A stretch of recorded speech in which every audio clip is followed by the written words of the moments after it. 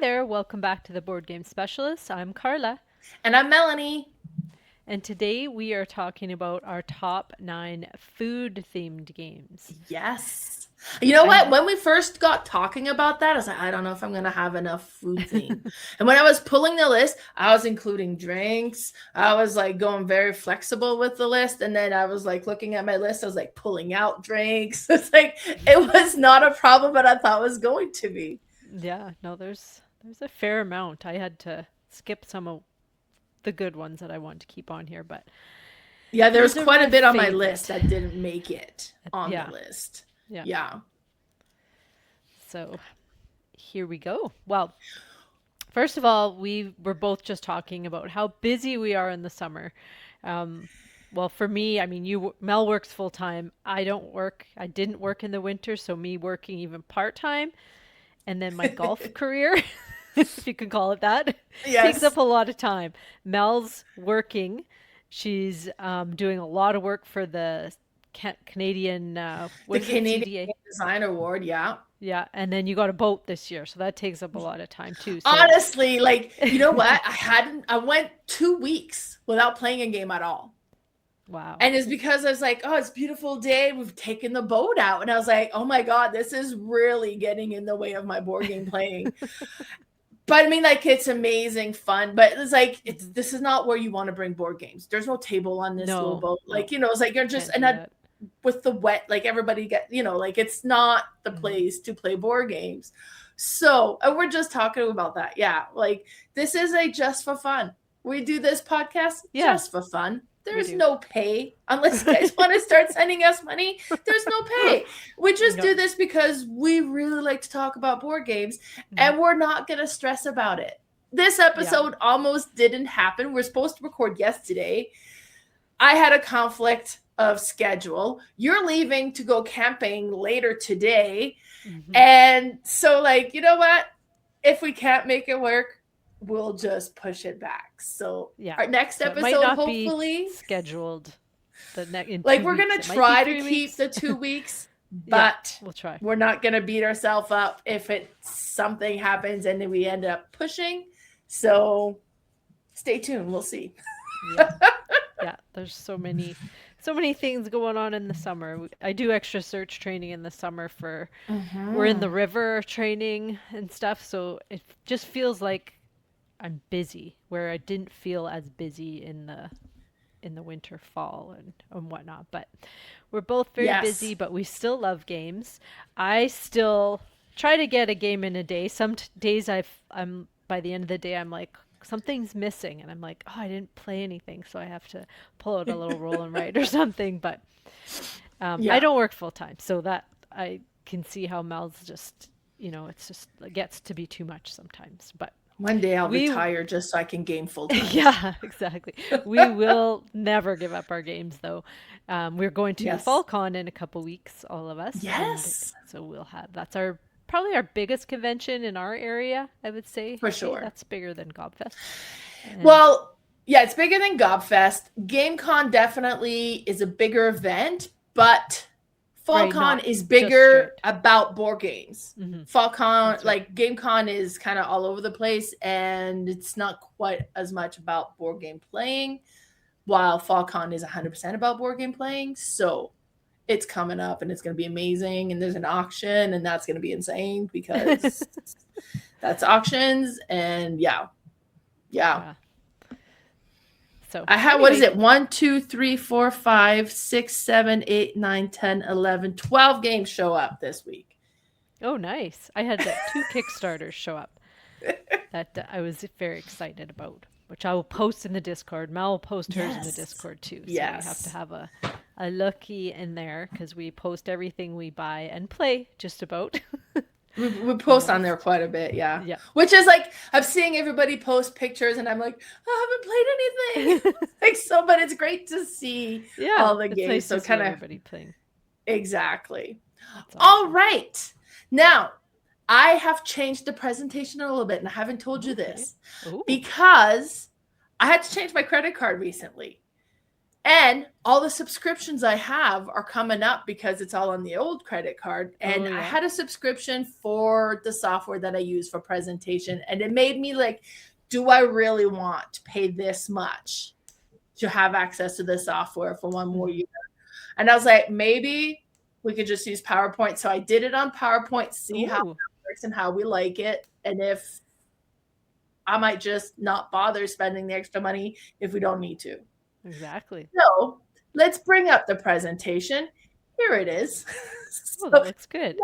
as flowy as the other software I was using. And if you're curious, I was using Prezi before, and it's kind of does PowerPoint, but it zooms in and zooms out. And then I kind of like that aspect.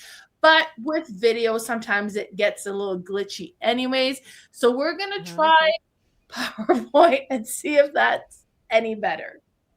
So we are doing our top 9 food games, but before we get into that, as always, we're going to be talking about what we've recently played. Um, and we're starting with you, Carla.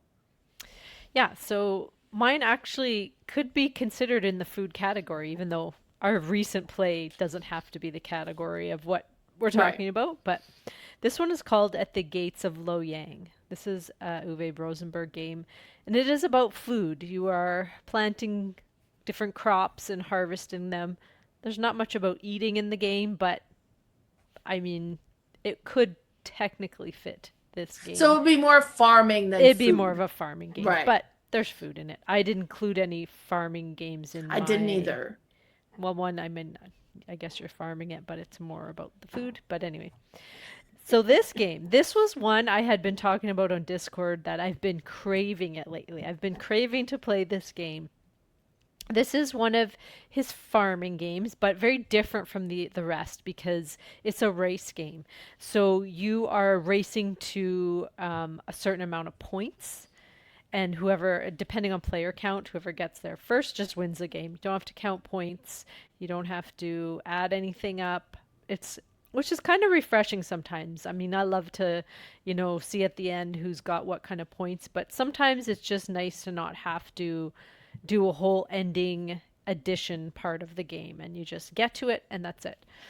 So what you're doing in this game is you are starting with like a crop and you have an option of 3 different crops you can choose from. And you're going to plant them and you'll have 9 pieces of vegetables. You also have your own market in front of you and it has each vegetable in there and there's quite a few. I think there's 7 different vegetables. And then you will do a phase where it's like a card draw and there's cards out in the front. It plays a little different solo, which I have been playing. Um, the multiplayer game, you kind of will trade a card. You take a card and give a card into the open tableau.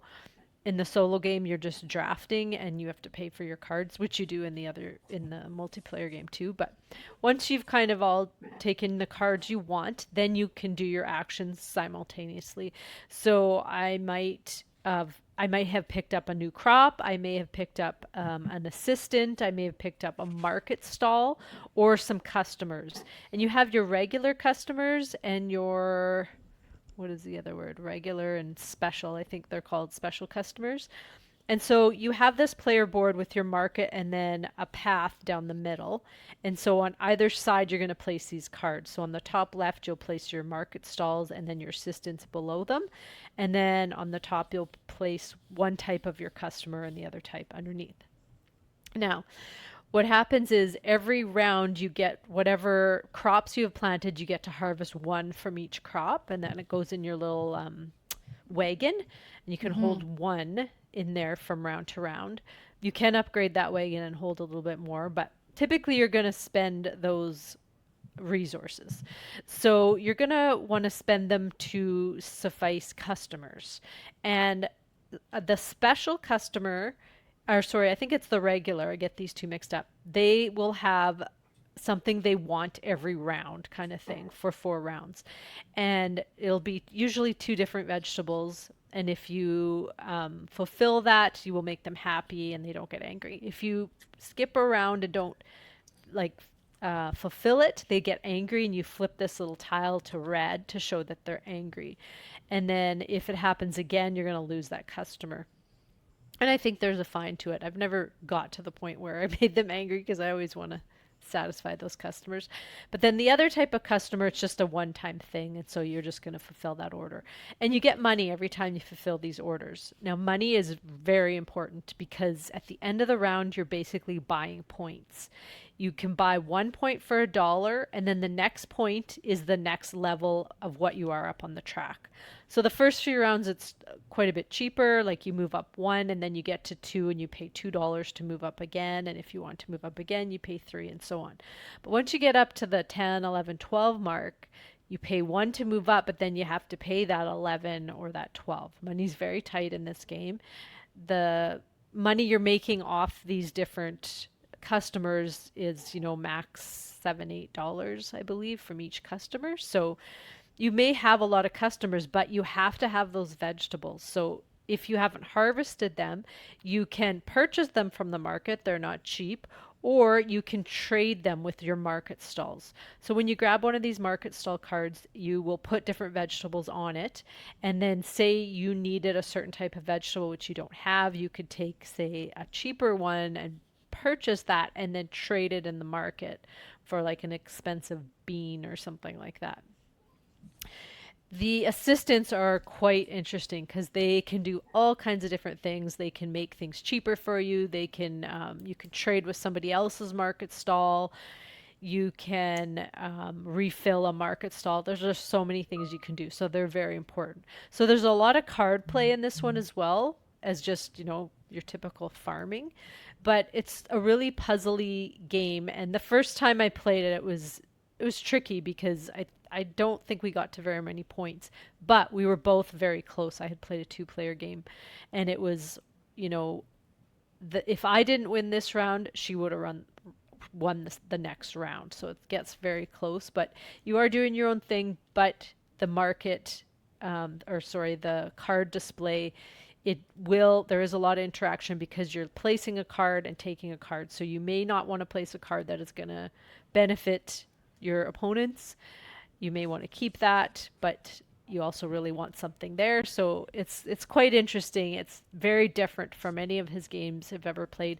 This one was out of print for quite a while, but they did remake it. So it is available now to buy. I don't know if it's Nice. much different than this copy. I know you had asked me which version I have. I don't Right. think it's very different at all, but it may, because it's the same artist, I believe.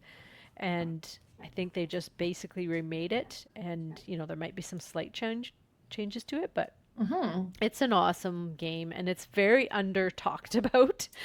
You don't hear too much about this game, but it's very cool. I love it. And that's at the Gates of Loyang. Nice. All right, so now we're on to me with my recent play. And like I said, I went through a dry spell as far as board gaming plays. Lucky for me, Patrick was over visiting mainly because he wanted to be in AC. And It's very I hot took here us right now.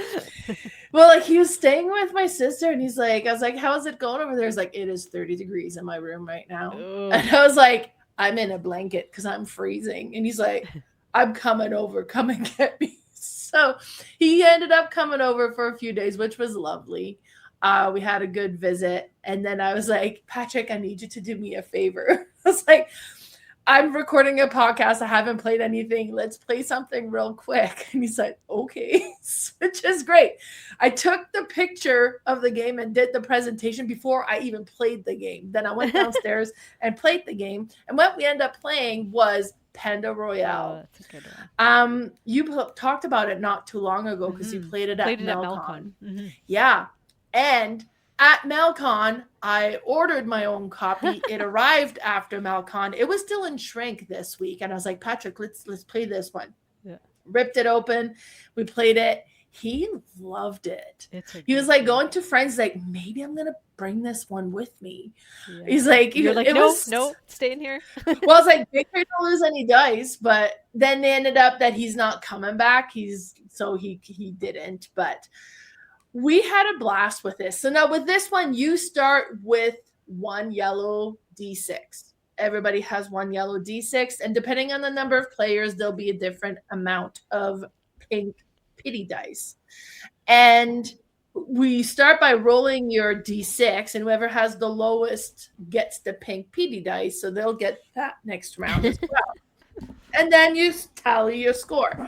Then you pull out dice out of the bag, and this bag has all sorts of dice in there, from D6 to D20s or whatever, and all different colors. And you kind of pull it out in there, and you pull one more than you have for a number of players. And then you take turn drafting the dice. So you have the blue dice. The blue dice will be that you roll all of the blue dice, and you're going to tally up all the points. And now there'll be D6, there'll be D12, there'll be different type of dice in there. You tally all the points, and that's what you get, unless you have a sparkly blue dice, and the sparkly blue dice doubles your score, which is great because then you have twice as much. Now I had the sparkly blue dice, but then rolled 4, so I ended up with 8, which is like not exciting. You have the green dice. Now green dice are D20s, and then you just roll those, and they're going to be, hopefully, fingers crossed, bigger numbers. So you just get a nice score out of that. The purple dice, you roll them all together, and I think, again, it's just you tally those up. The purple dice immediately double. So you roll your purple dice, they're double.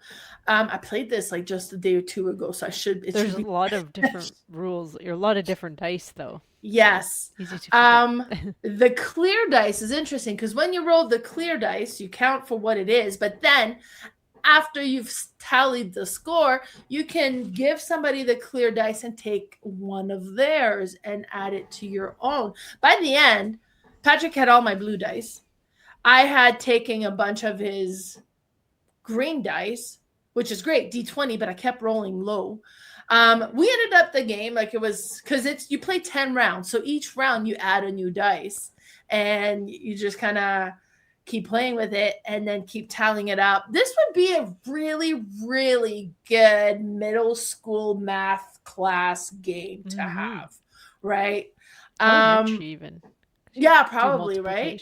Yeah. So it would be really, really cool for that. But it was so good. Like, it's so simple.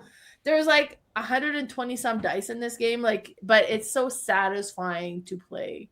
We had a blast with it, and he just loved it, which is great because I don't want to always be like, okay, come play a game with me. Then they hate the game and then they never want to play again, right? Mm-hmm. So it was great. Panda Royale, loved it, had a great time, and that's my recent play. So now we're into our top 9, and as usual, we're going to be doing top number 9 with you first. Mm-hmm. Yeah, just about Panda Royale. That game is so good, and I was so excited when you bought it. I'm like, oh, it's in the family, yay. But I think it's one I might have to own. I might have to buy it because my family is going to love it. And I won't think I can borrow it from you because you're going to want to keep it and have it because it can be played with any type of group. Everybody, exactly. Like everybody. Because I'm like, just thinking now, I'm like, oh, if I had that this weekend, because I'm camping with my whole family. It's my dad's birthday. Oh, yeah. And there's like 12 of us. And with the expansion set, it would have been perfect. But next time. Yeah. But no, I am going to order this one because it's awesome. And everyone who's played it has loved it. Who doesn't love rolling dice and trying to get hype? It's just so like, satisfying. Yeah, it's like Yahtzee times 100 and much more fun. You know? Well, you can it's steal other people's dice, which is fun for those people who like that. It doesn't have the push your luck aspect that Yahtzee does.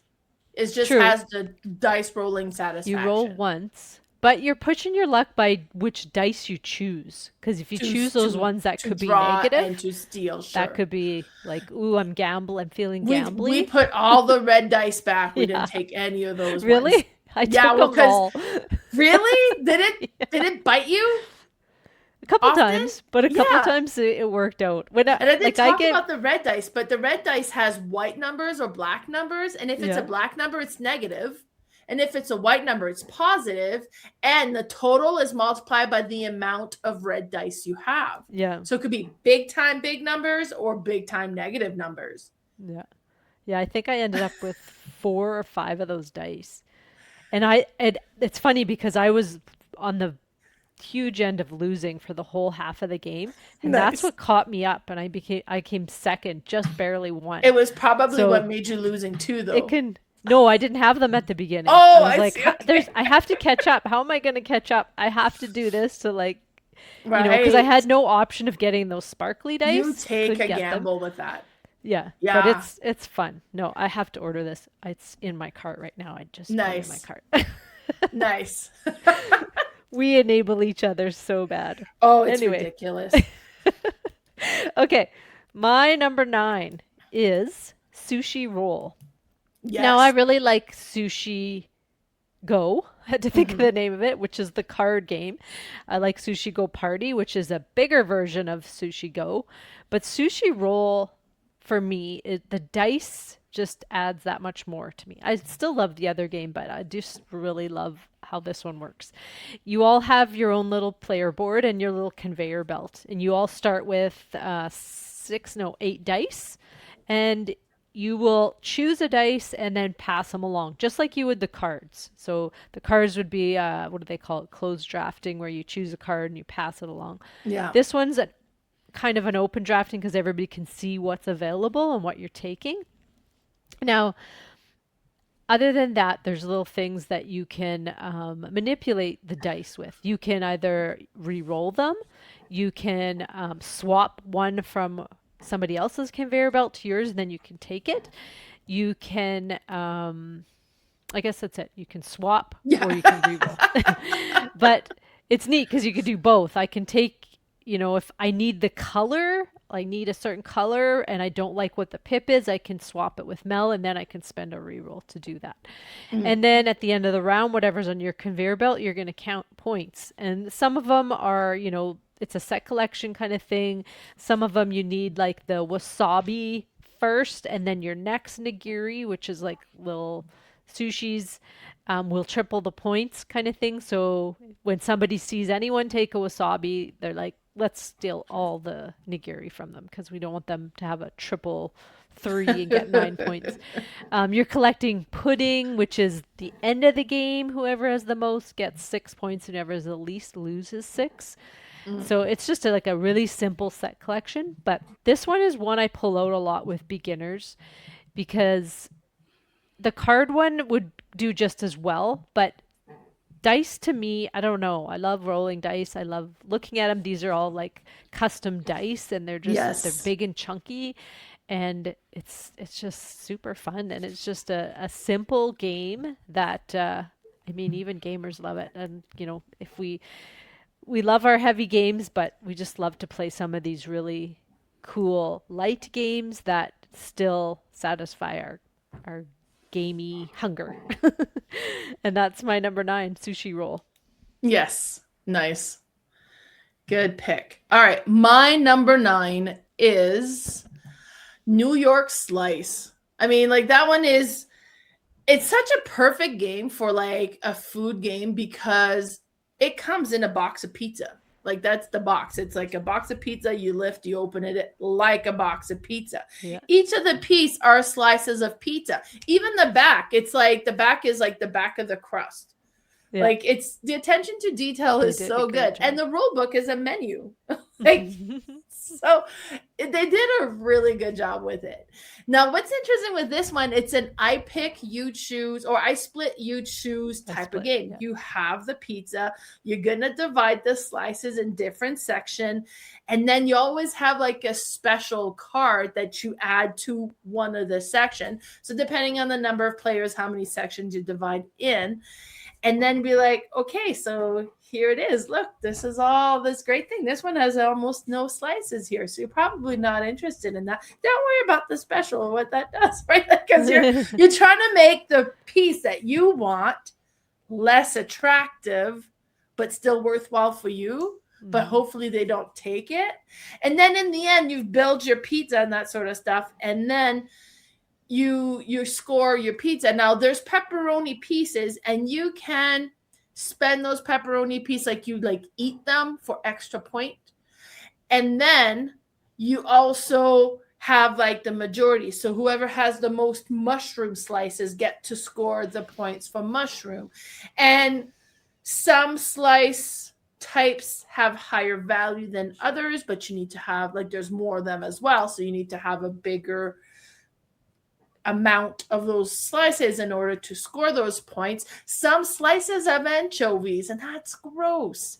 And they're worth negative points. So like it's just such a cute, neat looking game that I think it just fits perfect for this theme. And that's my number 9, New York Slice. Awesome. Yes, this is a great game. And it's funny because after I did my list, I had looked through all my games Yeah. and all my shelves and everything. And then I did the list, I sent it off to you. And then I was playing a tile game and I looked and I was like, oh, I didn't put this one on my list. So I'm glad you put it on. Because yeah, Nice. it's another very simple game you can Yeah. bring out with anybody, and it plays a fairly higher player count too. It's 6, I think, Yeah, 2 it to plays 6. to. And the oh, what's it called? Where you the score pad is Oh, it's the a the guess check, which yes. is really cool too. They Yeah. did like very well thematically on this one. Mm-hmm. Yeah.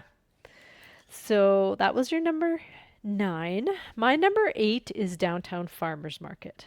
This one is a very simple looking game. The box cover's more complicated than what the tiles actually look like. They're very, I guess it's the same art, but if you see the tiles, they're very, very plain looking. So it Mm-hmm. It's doesn't very look like simplistic it's art. very simplistic art, yeah. And so, I thought, okay, that's an interesting choice that they did that. I love the game, but it's funny because then I seen the precursor to this game, which was a pirate themed sea, like ocean game, and they made it was very, very beautiful art, and but it was too complicated almost. So Oh, it made it really hard on the eyes to see the groupings. And right. the reason why I think that's why they went to this just simple, simple art, because what you're doing is you have these scoring cards. You have 4 across the top and 4 down the side, and everybody has different ones. You get dealt out, and then you're just going to draft these food tiles in the middle, and they will have different things on them, like corn, carrots, milk, cheese, eggs, and a few of each, or maybe just one thing. But what you're trying to do is you're trying to satisfy the grid. So, like if I place one in the top left corner, I would love to satisfy that top tile and that top left tile because, the rows across, those need to be satisfied, and then the columns as well. Now, you're never going to, and you will complete the whole grid, and you're never going to be able to satisfy everything. I mean, maybe there's a way, but sometimes they actually will conflict with each other. But it's such a brain burner to try and do as best you can that way because some rows might say you can only put eggs and cheese here, and then the columns might say no eggs and cheese, so then that's going to be an actual conflict, right? Like you're going to Right. have to put one, well, you not necessarily have to put one there, but it might end up that way near the end of the game. If somebody takes a tile and only leaves you with eggs and they're like, haha, you have to take that, but it's just very Sudoku-y and puzzly and Yeah. just simple, very simple. And I appreciate that sometimes because, and especially how they did the simplistic art, because it just with the pirate one, the boats, like you'll have to almost go look on it. Look at the Mm. precursor. I can't think of the name. It's on BGA. You can play it there, but you really Okay. have to look at each tile and you're like, "Oh, what's on there?" And so if you Oh. have to add that to the to your puzzliness of where it should go, I think it could distract people from this game. But this one is very simple and looks just awesome, or just plays awesome, and it's something you can pull out and play in 20 minutes, and it's just so fun, especially if you're into puzzly tile games. But that's my number 8, Downtown Farmers Market. It used to be Lost Seas, is what it was called before. Yes, that's it. Yeah, so have a look at that art, and it's nice, but some of it is like you're trying to figure out what I mean, it takes a second and then you can, but Yeah. it's much more complicated than this one here. And like the middle tiles are okay. It's the scoring ones I think that were complicated. Okay. Yeah. But yeah, no, farmers market, definitely the downtown farmers market has a cutesy aspect to it. All righty. So my number 8. And my number 8 is not a crossover, but I'm going to count it as a crossover anyways. And that's because it's Sushi Go Party.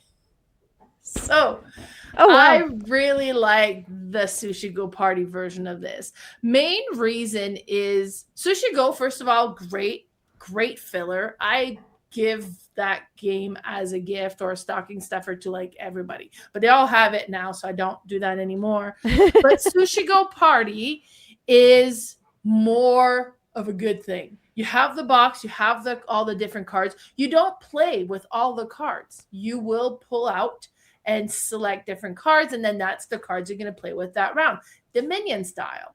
So the rule book has like the menu at the end. So it's like, well, I want a lot to take that. Well, we suggest you pull these out. Or it's like, no, I want it to be just a nice, friendly game. Okay, no problem. Pull these out. It's like, well, we're playing 2 players. So, no, okay, 2 players, best to use these ones. Or it's like, I want to play for lots and lots of points. Okay, then use this combination. So you can kind of change the combination to suit the type of game you want to have with it. Plus, one thing that Sushi Go doesn't have that Sushi Go Party does have is it keeps track of the score as you go with your little like soy sauce bottle that goes along the outside. And that's something that is nice. You have the board, you can see what all the cards in play are and how they work, and then you play the cards. The art is adorable on these cards, and all the food has little faces, and it's a set collection, or depending on the type of card, and you kind of draft and then you pass it on, and then you draft and you pass it on, and then at the end what you end up with, and then you do multiple rounds, and then the dessert is scored once at the end. So it scores very similar to Sushi Roll.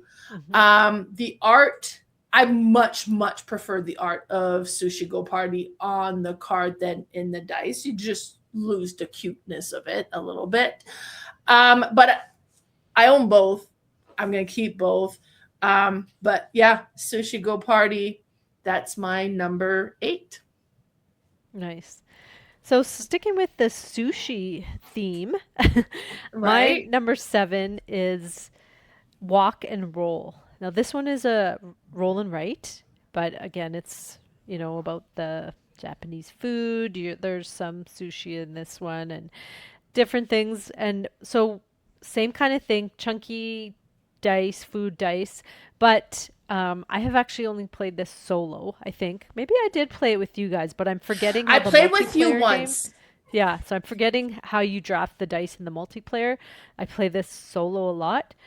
Um, so how you play this one is you're going to roll the dice, and you can roll up to 3 times, I believe, and then you're going to choose the things on the dice and just check off the boxes that from top to bottom. And so there's different things, like there'll be like rice bowls or noodle bowls, or there might just be like some shrimp or some broccoli, um, things like that. I guess there's not really sushi now that I think about it. It's just Japanese food. I'm like, what was I Close thinking? There's enough. sushi. There's no sushi, but there's things in a sushi that are in here. There's similar ingredients. Yeah. Shrimp. So you're checking them off top to bottom, and then some of them you have to unlock. So then there are locks on the dice that you would roll that you can unlock things. There's little bonuses on the left that you can circle and get different, and you can kind of save them, and then you can get different things on the to fill in your board. But most of the points are if you get down a column. So sometimes you start a bunch of different rows and you're like, I'm getting nowhere because I need to like complete the columns, or at least halfway complete the columns to get points. Mm. And so it kind of takes a couple times to play it to be able to, score well. But it's neat because it has two sides of the board, so you can do like a simpler version that has less menus on it, and then on the other side there's a few more. There's like a little wild chef's hat that you can collect and then again save that for when you need to check it off. But it's just one of those really satisfying roll and writes that I've been just crazy about lately. I'm in a roll and write phase right now. I think it's because I can bring it out on the deck and play it easily without having a bunch of cards blowing away and things like that. But this one is such a cool game, and there's a whole expansion. I don't think it's a standalone, but it's basically doubles the game. So you have more player boards, like different options, and then you have like goals that you can race to if you want to add those into it. And it's just a really cool little roll and write. And that's my number 7, Wok and Roll. Nice. Yeah, that's cool. All right. My number 7 is a game that I played a long time ago. And like I was just getting in the hobby. And even then, I think it was an older game at that time. So this has been around for a while. And that is Mamma Mia. And this is a game that I have played so much. We loved it. The kids enjoyed it. It's one that we would bring to the restaurant, order our food, and play it at the restaurant while we wait for our food. And it's just kind of fit the theme. And this is a really neat, interesting game. Now, strong memory element to this one. But what happened is you have a deck of card that's the menu cards, and each players have their own deck of card that's their player color, and that's the menu. And you can see in the picture there, I have one that's like 15 plus ingredients, but you'll have some that'll needs like 4 olives and a pepperoni, or maybe it's so many green peppers and pineapple or whatever. Now, in the one that I was playing there, depending on the color that you are, there's like the specialty ingredient that you're going to have in all of your pizza. I was brown in this game, so I need mushrooms with everything. If you're yellow, you need pineapples on everything. If you're red, you need pepperoni on everything, something like that. And what's going to happen is you're going to play, and you have cards in your hand, and you're going to add to the oven. Now, at this stage in the picture, obviously they're kind of scoring, and that would happen like afterwards. But all the cards they have displayed in the middle would just be in one pile, and you just add cards into the oven, and that's the ingredient. So I could add, let's say I'm adding the olives, and I have 2 olives there, so I could be like, I'm adding 2 olives, and I show and I add it to the oven. Then the next person goes in and was like, well, I'm gonna add some green peppers, and then maybe they're adding just a single green pepper, and then I'm adding things. And then at any time that you think, okay, I'm pretty sure we've acquired the ingredients that I need for this recipe, then I can play my recipe card. And then I'll be like, okay, I'm playing this recipe card. And now it's like, okay. And it really sucks if somebody plays a recipe card just as you're about to play your recipe card. It's like, okay, now, because their recipe card is going to get fulfilled first and use up those ingredients. Is there enough still to fulfill my recipe? Maybe I better add a few more ingredients, and then you can add more ingredients and then keep playing. Then you add your recipe cards later. So this stacks up. Then once everybody's played the recipe card they wanted and you've played the ingredients, you grab the stack, you turn it over, and you start pulling out the ingredients, and you're creating it until the recipe comes out. Okay, it needed 4 olives and a pepperoni. And if those ingredients are on the table, perfect, you pull them out. That recipe's fulfilled. It's a point for that player. If it doesn't have the necessary ingredient, you can look at what you have in your hand, and you can supplement the oven with what you have in your hands. Like, okay, I wasn't sure about the olives, so I kept some in my hand. Here is the extra olive that you needed. So then the recipe's fulfilled. If it doesn't fulfill, then the recipe goes back into your recipe pile, and you don't get the point for it.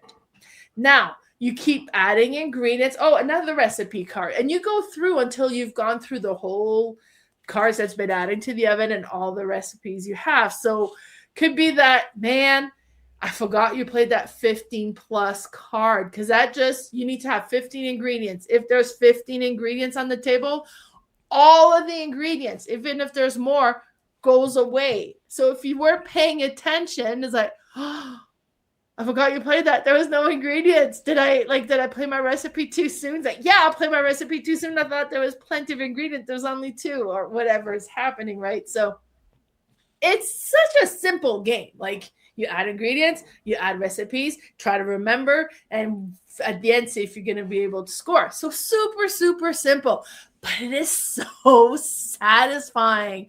And we loved it. We played this a lot. And now that I'm like talking about it, I'm like, hey, we really need to get this at the table again.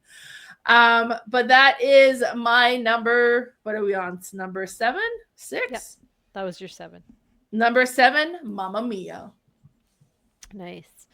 All right, my number 6 is, I was going to say it's another food game, but they're all food games. Yeah, this one be. is Charcuterie. Now, I was really excited to get this one because I'm a huge charcuterie fan. Who isn't? Who doesn't love a tray of yummy cheese and crackers and pickles and, for you meat lovers, meat, but fruit and all kinds of things. Well, this one is about arranging your charcuterie board. So, what happens is you all have like a charcuterie board, a blank one, and you're going to draft different types of food to put on the board. And what you're drafting is going to be dependent on kind of, you start with a couple goal cards and you're trying to accomplish those. Plus there's like a few shared goal cards that you want to accomplish. So you want like a certain amount of certain things, you want things touching other things, you might want like have you not played this, Mel?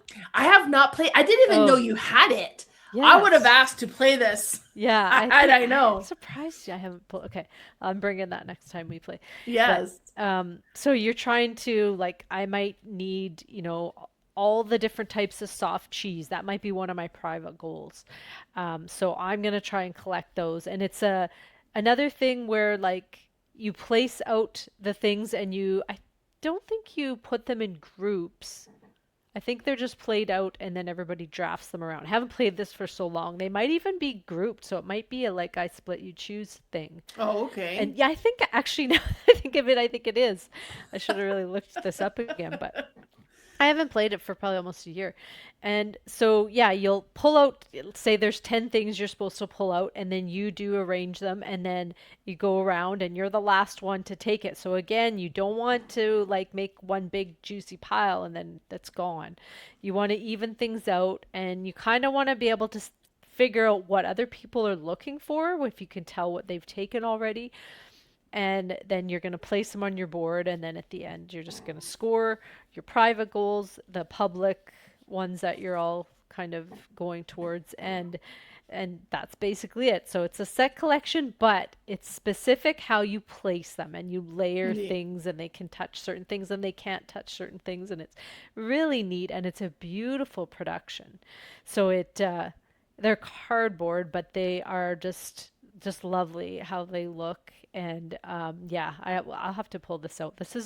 I was thinking about this one too because I'm introducing a friend to games. And it's a good one for that? Yes, this would be good, especially because like just to pull a theme out like this, especially for women, I believe it'll be like, oh, let's play this. And so this is going to be, it's on my list. This one and Sushi Roll I'm going to bring next. I want to play this. Yeah, you'll love this one. That's my number 6, charcuterie. And I didn't share a picture because I couldn't find a shareable picture, and we forgot to put it in there, and I remember that. Oh, that's okay. Oh, that's there's right. no picture. That's my fault. I was supposed to send you a picture. I will. All good. I will post some pictures. I'm gonna pull that game out, and I'm gonna play it soon. And I'm gonna find a solo mode or whatever. But I will post some pictures on Discord. On Discord, so keep an eye out on Discord. Yeah.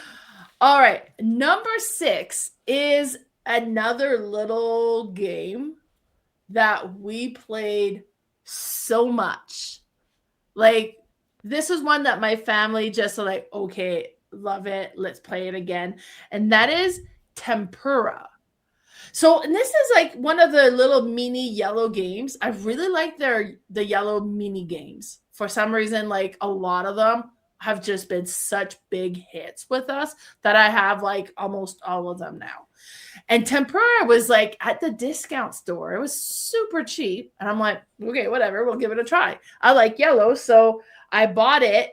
We played it. And it's like the best game ever. Now, it's on my food theme game because we're all different cats and we're trying to eat as much as we can without getting indigestion.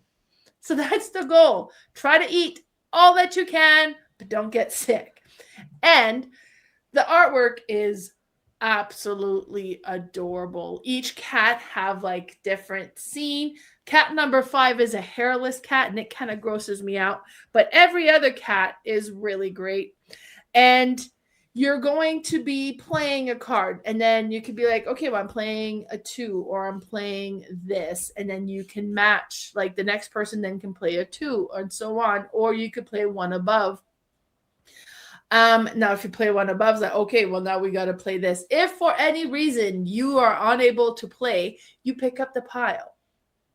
Like you grab the pile and you count the number of cards that's in there, and that's how many cards you're going to have to draw from the deck. The problem is in that deck, there are indigestion cards. And if you draw and then the indigestion card comes up, like you get sick because you ate too much and so you get an indigestion token. That's not good. If you get, I think it's 3 indigestion token, then you lose the game and you play till like you get a loser, right? So, and then now it'd be like, if you don't draw an indigestion, it's like, okay, great. Okay, I didn't draw an indigestion.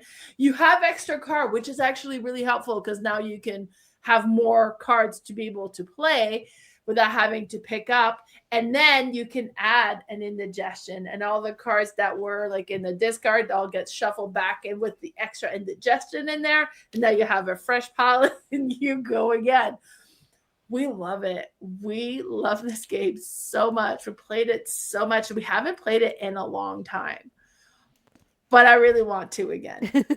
And I bet if we talked about every single game, we'd be like, we have to play this right now. Right? Oh my God. I kind of was like, it's one of those, like, I forgot almost about it until I was like, oh yeah, tempura. Like, oh yeah, tempura. It's like, so good. It is so good. And it's a simple little card game that's satisfying. So satisfying. Mm-hmm. I think I made you play this with me, like our gaming group with me once. Yeah. And because they're like, okay, fine, let's play it. Melanie keeps going on about it. So yeah, we liked it. It was fun. Yeah, so good.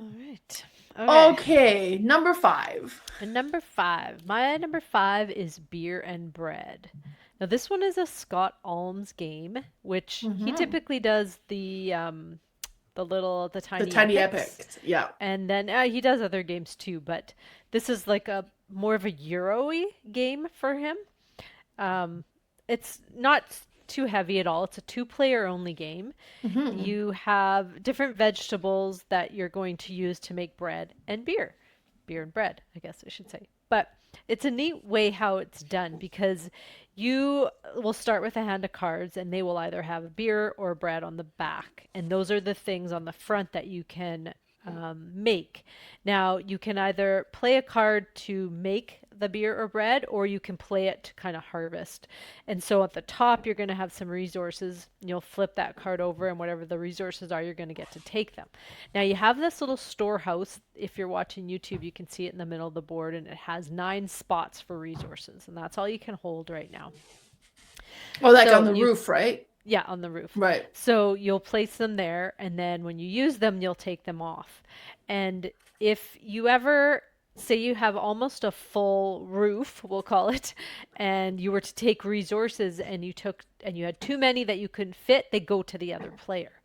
So it's kind of neat because you can almost sort of plan it that way where you'll empty out your warehouse because you can see the other person is getting full and you're like, I know they must need one more thing because they haven't built or made anything yet. I might get a bunch of resources because the neat thing is when you harvest that card, the next time you place a card, you're going to harvest all those things. So it's going to be like a lot of things once you have two or three cards down. Now, the other thing you can do is you can slide a card under your board and it can be a ongoing bonus throughout the game. It can be an end game point kind of thing, or it can open up more storage for you. It could give you something like I could collect a water every time I take a wheat and things like that. So you build a little engine there for yourself, which is kind of neat. And so you play so many cards and then you go to the next round. And every second round is a dry year, I think they call it, the dry year Mm-hmm. or the dry season or something. And so then there's less resources available to everybody. There's always water. I don't think they ever count the water, but there'll be less of the different, things to make. Now, the neat thing is when you've made a piece of, or you've made some bread, you play that card in the bread section. When you make beer, you place it there. And you can only have one of each until you play one of those cards that you tuck under. Then you can gather them and they go in your scoring pile. And if you have not gathered them, you cannot play any more into it. So you have to really, time things out properly. And it's just a really cool engine building game. Two player, that's awesome. He's coming out with a new one. It's called Wine and Cheese. It's a Oh, two player as well. It looks like it's a lot heavier than this game. Rado had done oh, a playthrough of it, and it's yeah, it's quite a bit, quite a level up from this one, but it still looks very beautiful. But this one is awesome if you are in the two-player market and you want something that's a little thinkier, but still not, a 2 hour play. It's, hmm, I think you can get this in under an hour for sure. But that's my number five, beer and bread. very nice. All right, my number five, and I'm moving away a little bit here from the tiny card games. And this is a more substantial game, but it fits the food theme so well. And it has a lot of anxiety inducing to it as well. And that is Kitchen Rush. And this is the very first game I played that had sand timers because this is a worker placement game and your workers are sand timers. And we're in a kitchen. So one of your, like, you're going to be using the workers and then there's like kitchen aids as well. So you're going to use your workers to greet your guests, bring them to the table and take their order. So you're going to put your sand timer to get it done. Now you got to wait for the sand timer to be done before you can assign it to another spot because it's busy with the customer. Okay, now it got the order. Well, okay, we know what they want. Then you can grab the order card. Okay, well, we need to have these ingredients. So then you're going to take another send timer and you're going to send them to the pantry to grab the ingredients. Now, if the pantry doesn't have the ingredients you need, then you're going to need to send them to the market to bring those ingredients into the pantry. So you're grabbing those and you're going to take the ingredients. But before you do that, you need to have a plate that has the proper plate for that particular dish. So you're going to go and get the dish that you need out of the prepping area. Now, if the dish you need is not there, it's probably in the dirty kitchen, like in the dirty sink. And then you're going to need to send a guy to go and wash some dishes so that you have the dishes that you need. And at first, the dishes are clean, but as you're using them, they're going to be in the dirty dishes. You're going to need to clean some, possibly for the next recipe. Then you get the recipe, depending on what it is, it's going to start at a certain level of cooking, and you need to cook it so long, depending on the recipe. And if you don't send your worker to pull it out of the oven, then it could burn. So you want to be careful. But you also need to have your worker at the cooking station for cooking this each round. And so it is so interesting. Like, and then it's like, okay, wait, I gotta move. It's like, and it's like real time, right? Like you're moving, and it's like, oh wait, no, I can't wait till the time. Okay, great, I can move it, and then he's going there. Okay, now, oh, what are you doing there? It's like, and it's like, oh man, I needed that, and you took it, so now I need to go back to the market because it's not in the pantry anymore. And then you got white and black cubes, and that's your salt and pepper. So when you're seasoning your food, and it's It's so so neat. cute. It Yeah. is so interesting. Um, Not everybody cup of tea if you don't like Yeah, that it's real stressful. time, It's a stressful right? It game. can be stressful. Um, but I'm completely okay with that apparently. And then it was such an interesting game. Definitely brings in that kitchen feel. Like everything's got to be moving, everything's got to be figured out in a kitchen if you're serving. Well, you would know more than I do. But so, and so this kind of just shows this so well. Yeah, And I think it meets the theme so well. And that is my number, whatever we're on now. Um, that's number 5, Kitchen Rush. for you. Yeah. No, this is a good one. I owned this game when it first came out, and for some reason I sold it. I don't know what I was thinking, but Mel has it, so I Yeah. keep saying we have to play this soon. We have to play this soon Yeah. because it's such a cool Well, and you idea like for a that game. real time. You I like the do. real time games Yeah. too. Well, and I'm So, not always like the tile real time. I'm not very good at that one. But this kind of stuff, I mean, I did this for 30 years, so this right. was my Yeah. You're going job, to but have a yeah. unfair advantage here for But sure. oh, I don't know about that because I like to knock things over, so those Oh, timers get true. knocked quite a bit. But yeah, no, that's a great pick. Good job. All right, my number 4, we're moving on to dessert. This is Ooh, Chocolate Factory. very Now, nice. this one is a lot thinkier than I ever thought it would be. I thought it would be just a nice, pleasant tiling, engine building game, but this has a conveyor belt mechanism that for some reason burns my brain. You are making chocolates and you are trying to fulfill orders, you're trying to deliver to corner stores, and how you do that is first you're going to draft a helper and you're going to draft a tile to put into your factory. And the tile is going to go in your factory and it's going to affect your conveyor belt. So you're going to start with cocoa beans and you're going to turn it into a piece of chocolate and then you're going to turn that into specialty chocolate and then you might turn it into even like they call it not packaged chocolate. Forget what it's called, wrapper chocolate or something, but these pieces, they're actually not shown here, but they are, oh, you can see them kind of on the top left. Right. They look like pieces of chocolate. And then the ones on the right are the ones that are wrapped. So it's just beautiful components in this game. But that conveyor belt is so brain burny. Have you played this, Mel? I have not. Oh God, it's so we have to play this because you think it should be so easy because you will put the chocolate in. You start with you start with beans and you put them in and then you slide the conveyor over and you can do the thing on the top or the bottom, which is the action, or you can skip it and then you'll slide it again and you can do it. You'll slide it 3 to 4 times per round, but for your brain to go, okay, well, I need this to turn there, and then when it slides, it'll turn here, and then there's a spot where it can shoot off your factory, or you wait till it gets to the end.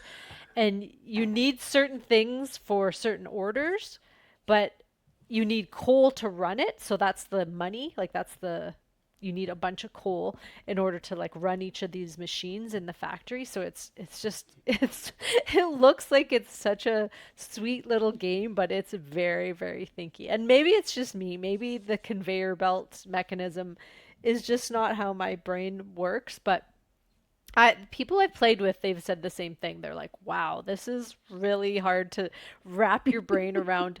For this to get to here in 3 rounds, Like you would think, oh, I'll Right. do this and then I'll do this, but then you have to do the other things too for the other pieces you're putting through.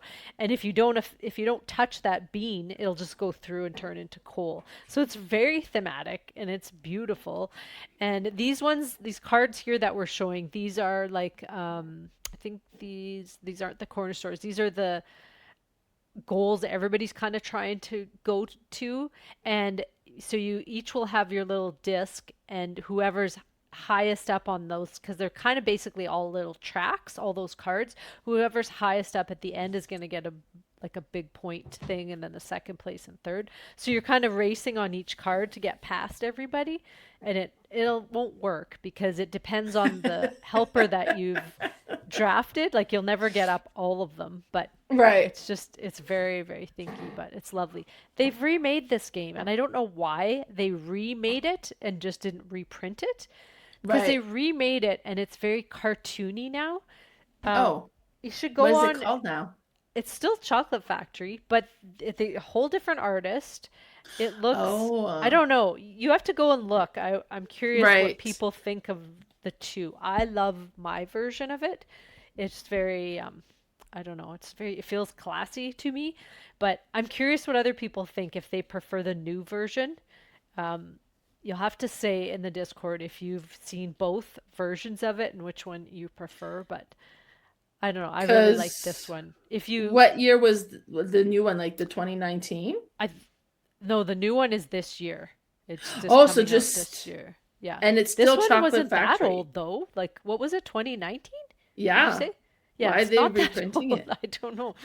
Because it was still in print. I've seen it for sale, but then they decided to redo it completely. And I don't know if it was just to, get a bigger audience or a different audience or what, but it's a really cool game. You don't hear too much about this game, and maybe because it's so difficult, if that's it, maybe. Or I don't know, maybe it's just me, Maybe. but that's my number four, Chocolate Factory. Very nice. All right. My number four, and I forget, let me bring back my list here because I was trying to find that other version and I could not find it. Oh, yeah. My number four is another dice game. Well, actually, we've talked about a few dice games today, but this one is a food dice game, and that is Diced Veggies. I really like this one. Like, I really, really like this one. Would I like this one as much if it didn't have a little cleaver that I get to splice the dice with? I don't know. Maybe. But that's definitely a big selling feature because you have this little cardboard cleaver. Now I'm going to print, like 3D print this, I think. But, and you're going to use this to chop off section of the dice out of the ingredient pool because you have all of the dice neatly together, like kind of creates the ingredients. Different colored dice are different ingredients. So the brown are the mushroom, the orange is the tomatoes, and then you have the yellow one. I think it's the carrots, and then you have the onions, and then you have like the jalapeno peppers, and then you have the cards in your hand and they're recipes. And what's cool is you have like chicken pot pies. Like, oh, I love chicken pot pie, I want to make that one. Like it's like the like all different style of recipes of a bunch of different nationality. And then you have like these specialty things that you can do to the, it's like, oh, well, this one requires this ingredient, but if all the pips are even numbers, then it was made with love and it gives you extra points. So different things like that that's in play. And then you have a token as well that you can spend once per round type of thing. And it allows you to take a dice and make it a different color dice. So it allows you to take a pick and make it a different number pip, trying to get what you need. Now, when you dice away at the ingredients, you have to chop off a section that can like easily separate away from the grouping of dice. The total pips that you separate away cannot be above 10 pips. And you also can't be like, okay, well, I'm going to nudge in there and then get the two out of the middle. Like it's got to be easy. And you can't create multiple sections and separate things. Like you got to keep them at one. Now, if at any time you only have one type of ingredient or one type of ingredient is missing from the pile, you do have the option to just take all the dice, re-roll them, kind of put them in a little square thing that holds it, and then recreate the thing and then pull it out, and then you have a new set of ingredients to go from. And there is a maximum number of ingredient you can keep in your hand because you store the ingredients until you spend them to complete the recipes. And it's, I think, first person to do, can't remember if it's 6 recipes, between 4 and It 6 sounds right. I recipes. think it's, or maybe it depends on player count. Oh, maybe. Yeah. And then the first one to meet that number of recipes ends the game. Then you go through all of your cards that you have. I think you get like one final round. Then you go through all the recipes you've completed and you tally up the points, and whoever has the most points win. It is just a very satisfying game to play. Just that using that little cleaver to separate the dice and kind of trying to select what you want to make the recipe that you wish. It's neat. It is so neat. They did such a cool job with this game. I love it. And that is my number 4, Diced Veggies. Nice. All right. My number 3 is Patisserie de Rococo. Now, this one is a sequel to, oh my God, Rococo. I'm just going to blank there. It's like, isn't what it is it? Rococo? It's one word. I thought I was thinking of what's the 3 words, but it's only one. Yeah. So this one was supposedly a smaller version of that game, but it's really not that much smaller. Like it's a slightly bit less involved, but not a whole lot less. It's about making different pastries and selling them and or showing them off at different tables and they'll be judged kind of thing. It has the same play style as Rococo. So it's like a deck builder. You all start with a hand of cards, and then you will be gathering more cards and putting them in your deck, and they will come up. Now, what the cards do is they'll determine your action. So what card you play will determine what action you're taking. And then you'll have a little bonus on most of the cards. Some cards don't have bonuses in the middle that you'll take after that. So you will either go and collect ingredients, and you have a little player board for your flour, sugar, and butter, and you will move those up the tracks as you do that. They cost different money, and it depends how many of each you buy. So if I were to, go buy ingredients, I could buy as much of one as I want to. It it gets more expensive the more you buy, obviously, but I mean even unit price. So it's interesting that way. You can go get little decorations that you're going to put on the side. And the reason you'd want decorations is certain tables will require them if you want like a little bonus. You may go and hire somebody else, which is another card in your deck. And I think it goes straight to your hand like Rococo does, which is nice because then it gives you a whole extra action that round because once your cards are played, you're done for that round kind of thing. There's another one that'll let you deliver to a table and you're trying to get to the farthest, it's either the top of the table or the farthest left of the table as possible because if you tie on that table, they're all little area control things because if you say you tie for the same amount of discs you have there, the person who's higher up or more to the left will get the better points at the end. You are also going to maybe sell. And that happens a lot in Rococo too. You can either build your dress, make your dresses, or sell them, or sorry, display your dresses or sell them. Whereas here you're displaying your pastry or you're selling it. And money is important. So the beginning you typically maybe will sell one or two things so you can get a big chunk of money, and then you have that for the majority of the game. It plays very similar with a completely different theme and I really do love it. The only thing I don't love about this is I love the art on the cards and everything, but the game board is very, very simple. Like it almost feels like a prototype. There's not a lot of art on the game board. Like our player boards are quite nice. They could have a little more something to them, but the game board to me, it just, I don't know what it is. I expected it to be, Tool art, which I don't think this one is, because I think he would have done more with that board. But other than that, I really do love this. And like I said, it's a slightly less longer or shorter version of Rococo, um, with a different theme, but I really do love it. And this one's on sale Oh, nice. at Bliss. It's not talked about a lot. I don't know if a lot of people were happy with it, and I'm not sure if they were expecting like a mini game of Rococo, or if, why it's not going over so well, but I really like it. And it's Patisserie de Rococo. Nice. My number three is another crossover, Ooh. and it is La Pâtisserie de Rococo. Oh, nice. Oh, I forgot the la in there. Thank you, Well, there's Miss not even French there. It's La fanatic. Pâtisserie Rococo. So I had never played Rococo. I played this one time, so I'm glad you was on your list first because I remember like none of it. I remember like trying to like, okay, you think you're doing good, but there's just so much going on. Mhm. So if this is a simpler version of Rococo, I don't Just think I ever want to slightly. play Rococo. Oh, you do. You'll love it.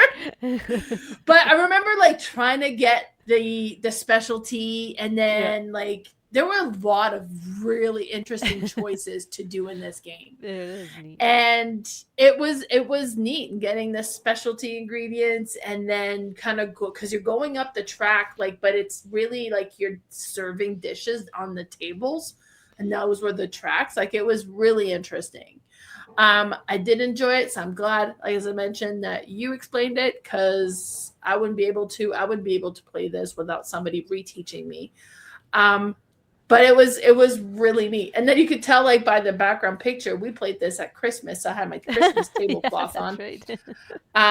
I think it was me, you, and Kayla that ended Yep. up playing. But yeah, it was neat. It was neat. Awesome. But it's not like simple entry level game. No, it's Definitely. not like when they make lighter versions of bigger games. This is Right. not like that. No. So it's on sale, but be aware if Yeah. you're expecting Yeah, it's not a a nice light game, El this Paso isn't it. version of Right. Great Western No, El Trail kind of Paso thing. was way simpler. Yeah. Way, way simpler. But All yeah. right. Well, I wonder if we'll have any more crossovers. I'm looking at my Mm. list.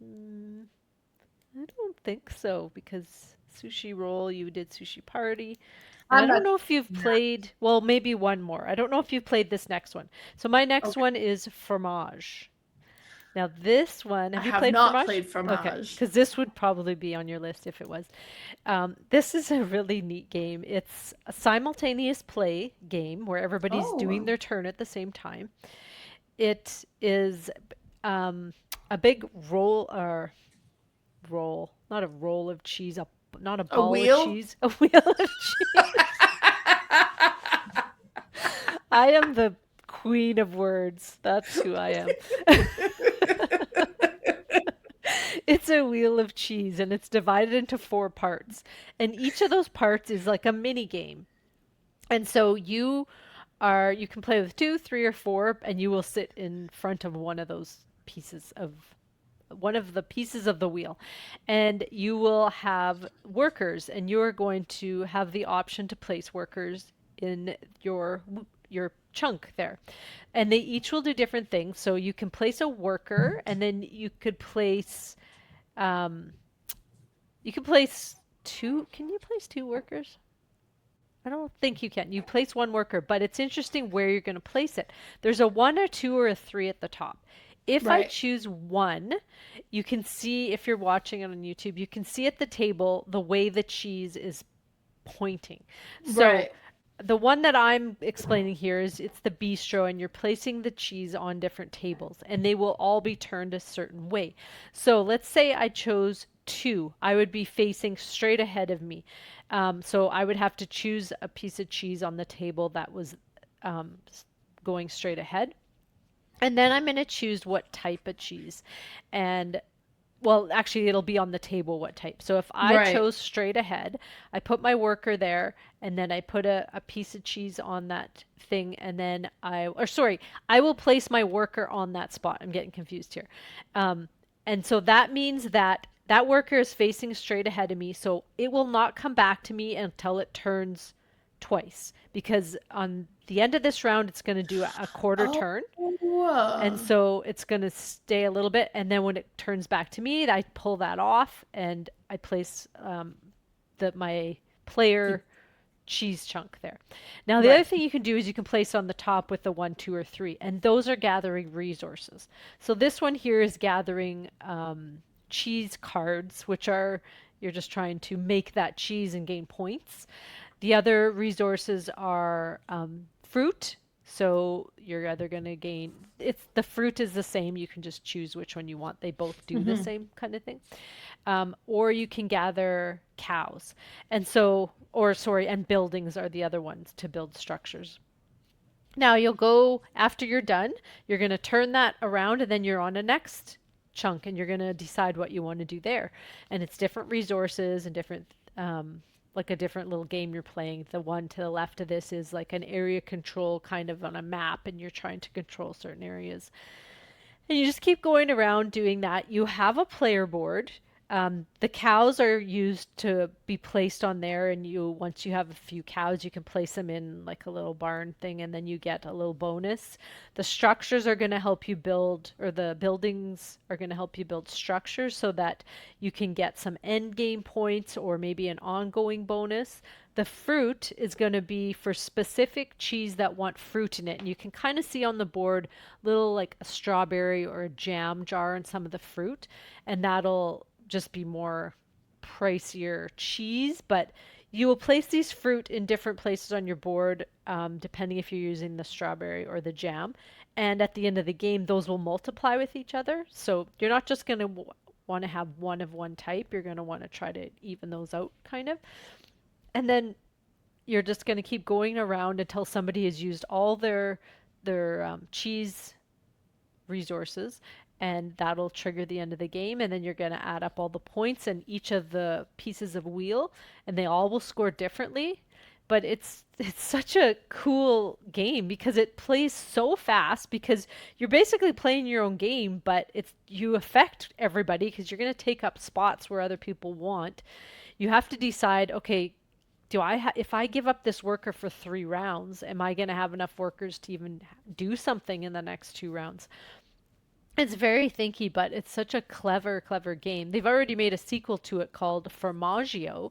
So it Oh, has, and it's a standalone expansion, so you can just play that itself, or you can mix and match the different chunks of the cheese wheel in it. But it's such a really cool game, and love that it plays fast because this is one that mm-hmm. will pull out sometimes. We're done playing our heavy games, but we still want to do something a little crunchy. We're like, oh, let's do this because it's still, thinky, but plays super fast and everybody's in the game. And it's awesome. I love this one. This is my number two, Fromage. Nice. I want to try this. And Yeah. then Formaggio. Hmm. Yes. I did not. I didn't realize it played the way you Yeah. explained Oh, looking it's at really it. cool. Yeah. Yeah. Huh. All righty. Very cool looking. Hmm. All right. My number two is not a crossover because I've never played Fromage, but it is Critter Kitchen. And I've played this at Car Treat. And I was like, okay, sure, I'll play this one. I don't know nothing about it. Now I played the deluxeified plus version, crazy big box, everything. I didn't take a picture apparently, but it wouldn't need to be so deluxeified. But it was an interesting game, and what's really interesting with it is everybody has 3 characters. It's a worker placement game, and what you're going to do is behind the screen you're going to decide which action you're going to send, and you're going to place, like, because you have cards and those cards are represented by the different locations along this path on the board, and you're going to put like your guys on the card to show where they're going, and then when everybody's ready you lift your thing and you reveal where you're going. Now your big guy is going to be able to carry more stuff. So at that location, they can grab a lot of ingredients. Your little guy is faster and he's going to grab the ingredients first, but he's little. You can only grab one. And then you have your middle guy that's going to be like not as fast, but he can grab more than the little guy, but less than the big guy. So, depending on what you're trying to accomplish, you're going to be deciding, like, okay, well, I really, really, really want this ingredient. Because at the top, each round, there's ingredients or recipes you're trying to complete. But then there's also like, you're trying to build like one of everything recipe as well for like the end of game. So there's a bunch of different things you're trying to do. Is that okay? So I really need this ingredient. There's not a lot of the ingredient that showed up on the board. Maybe, but there's also some areas where the ingredients aren't pulled yet. They get pulled once you reach there. There's also like you can always get soup, and soup is just wild. Like you could go there and get one soup, and then you can always get one soup, and then that's just going to count as a wild ingredient of anything you want. So it's convenient that way. But so it was interesting. So okay, great. Now I was like, oh darn it. I sent my big guy there. Everybody's there. And by the time my turn comes around, because I'm so slow, I could carry a bunch, but the ingredients are gone. So I'm bringing home soup, I guess. It's like, so it is really interesting. How quick do I want to go there? How much do I think there will be available? And no, it's really nice if you send your big guy where there's a bunch of ingredients and nobody went there. And it's just like, I'm going to just pick and choose whatever it is I want. So, but it was really interesting. And now some of the location, like, will give you the ingredients. Yes. Some of the location, like some of the things that you can do will allow you to go and back to anything that didn't get drawn, or some that gets drawn, or anything that didn't get selected goes into like the soup kitchen or whatever. It's at the end. And so it was really interesting. And then you plate your dish, you put the ingredients on there, and at the end of the round, you get to complete the dish. And then the more dish you complete, the more points you get. Then you reveal the next recipes for the next round, and you do it all over again. And you're doing this. And then at the end, you're also trying to keep some ingredients to assigned to like your menu or something. I don't know what it's called, but you're trying to get one of each in there. And then depending on what you have there, you'll score points. But if you complete the whole thing, you score more points. So it was really interesting. It had a really neat worker placement, bidding, push your luck type mechanism. And I quite enjoyed it. And that is my number 2, Critter Kitchen. Nice. I've played this once, but I get it mixed up with what was the sequel to this? Flame? No. Is this Flamecraft? the sequel to Flamecraft? I think so. Like, Okay. and they, to me, they seem so completely different. Yeah. I get But I them guess mixed up there's though. similarities, The but art is similar.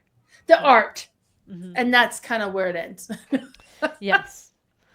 All right. My number 1 is called Food for Thought. Now, I have talked about this on the podcast a couple times. Mel's played this with me. This is such a neat game.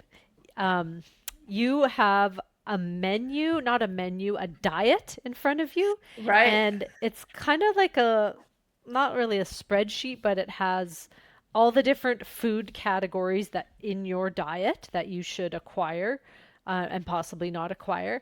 And you'll have different diets each. I think you can all play with a base one, but we played with different ones. I forget what yours was, Mel. Mine was I think it vegetarian, I was like think. I was a sweet tooth. Sweet tooth. Okay, so now what you're doing is it's a worker placement game. You have little discs that you're gonna go to different spots on the main board. And the main board is quite neat because it has a market, it has an area where you can collect sports cards to do activity. It'll have a place for menus that you can get recipes from. There's a place for some takeout pizza or some Chinese takeout, and then there's like a farmer's market. And you can go to these different spots and collect different types of ingredients. And so the ingredients will go on the top of your board and they kind of go over, they have an area where they'll go to. But if you haven't used them in that round, they're going to slide to the right and eventually they will spoil. Oh So yeah. it's kind of neat because you need to use them.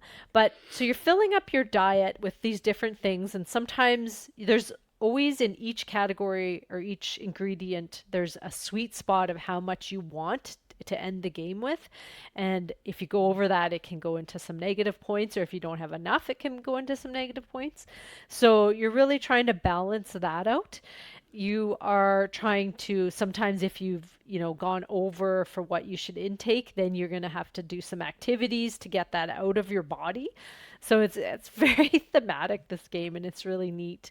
We played it, Mel, I think I did a lot of balancing well, but Mel did something. I forget what it was. What did you I do that? think it was Because I like was like, I had everything at the exact high spot on my right. card. And you didn't have many in-game points. I was completing recipes like crazy, and I was like, Yeah. I think I almost wrapped you around the board, but at the end of the game, you squeaked by me because you had, yeah, your diet was good, and I was just like eating and doing all these things and thinking I was just getting all these points, and I had some of the recipes will give you end game Well, I extra thought end so game points too stuff, as and you're like, well. I was I'm not getting a going little to bit like, catch you.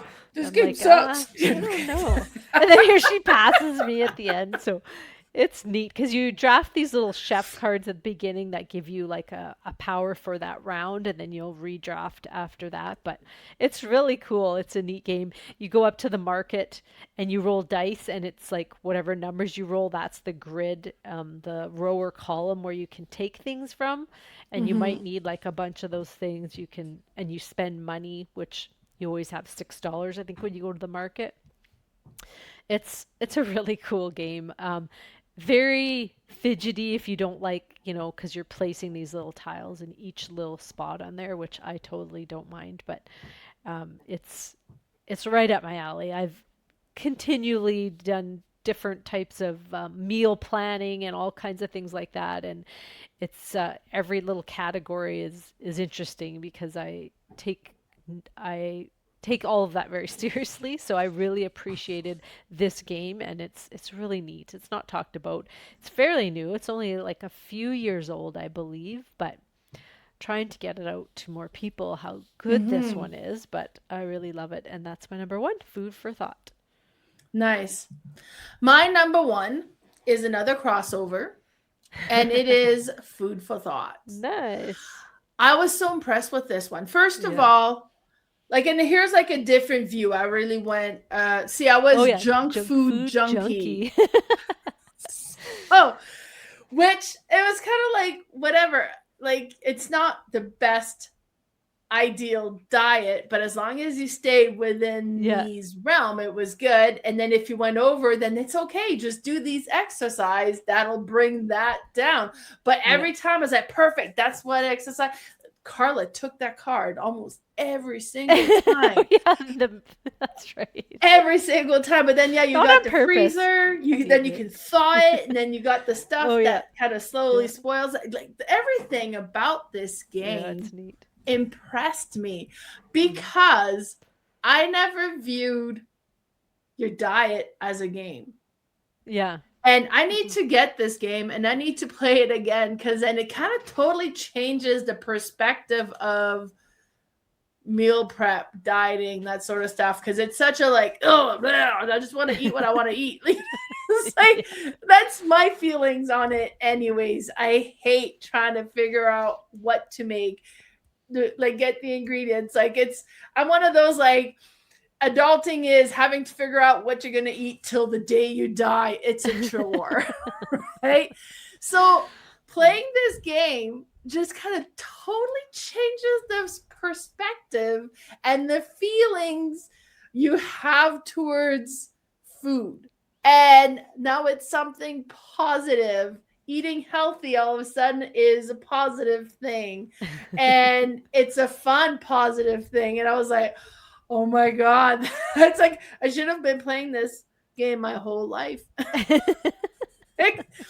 She didn't create it early enough for me, but yeah. So it was cool though. It was so neat. Like the gameplay is really satisfying. It is fun. The theme fits it very well. And no other game has taken an approach on food like the designer has. Hmm. Yeah. And it's amazing. Yeah, It's it's just really neat. amazing. The And that's solo why it's version on of both. this is really cool because you have to do a cleanse. So it's like you have to Right. eat all this food and then you have to get it out of your body. And it's like, how am I gonna do this? And then you have to have a whole bunch of water, but it's a different puzzle than the multiplayer game, but it's Hmm. really neat. Yeah. Yeah. Awesome. That No. was the other one I thought that we might have a crossover. So, because how So many did we have as crossovers? Then we had Food for two, Thought, we had La kind of three, Patisserie, we and then the had sushi Sushi goes. Go. I had sushi roll and you had sushi go, so Close almost a enough. crossover, but yeah. So that is our food top 9 food games. So our next one we're going to try to talk about is our 2017 games, but if we end up, pushing this past Summering. FallCon, that could be our next one as well. Oh, But Falcon is a ways away. We should no, be it's only doing that. 4 weeks away. That's a That's it. month. Yeah. But if we That's far. I summer suppose. goes so fast It, that it really I can't does, believe though. it's the It end of really July does. right now. Plus, I have a bunch of like appointments and stuff kind of like coming up, and then it's like, oh yeah, that's coming, and it's like, Mhm. oh yeah, wait, that's like now. Yeah. It's like it's the Rocky Ford Rodeo this weekend, Yeah. which Lee's work is based out of Rocky Ford. Rocky Ford's a tiny, tiny community, so we're always participating in the parade. Rocky Ford is so small; the parade goes around 2 times. Oh my gosh. So you throw candies, but you're gonna keep half of the second half. Oh my god. That's But I funny. love it. It's so much fun. So we're doing that tomorrow. Oh wow. Which was just like, oh yeah, it's coming up, it's coming up, it's good. It's coming. It's like, oh wait, no, that's tomorrow. So yeah, that's the magic of summer. It just flies right by. Totally does. Yeah. Well, until next time, hopefully in 2 weeks, but might be a little bit longer. Where can they find you, Mel? So we talked about the Discord channel, so be sure to join us there. Lots of being shared, just so you can see all the games that arrived this week for me. Oh Not what yeah. I've been playing because I don't have a whole lot of those right now, but definitely it was an impressive haul. Mm-hmm.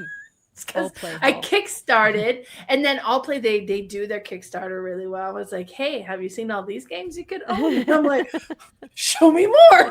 Click, click, click. So, and they're not like high priced games. So I was like, Right. oh yeah, sure, tack it 10 on, bucks tack here, it on. go need there. Right? Yep. Exactly. Right. So that by the end, it's like, oh, whoops. But I knew these were coming. I have the spot with all my All Play games. I knew they were coming. So I'm prepared. So there's that. But I am also on Instagram at Mel's_boardgame_room. I'm also on YouTube, Facebook, and Bluesky. And I'm going to say Bluesky is like kinda, if I remember. And now all of that is under Mel's Board Game Room. Now, how about you, Carla? Where can we find you? I'm on Instagram at Board Game Specialist, all one word, and I have a Facebook page called Red Deer Board Game Fanatics. Well, thank you all for listening, and we'll see you next time. Bye for now. Bye, everybody.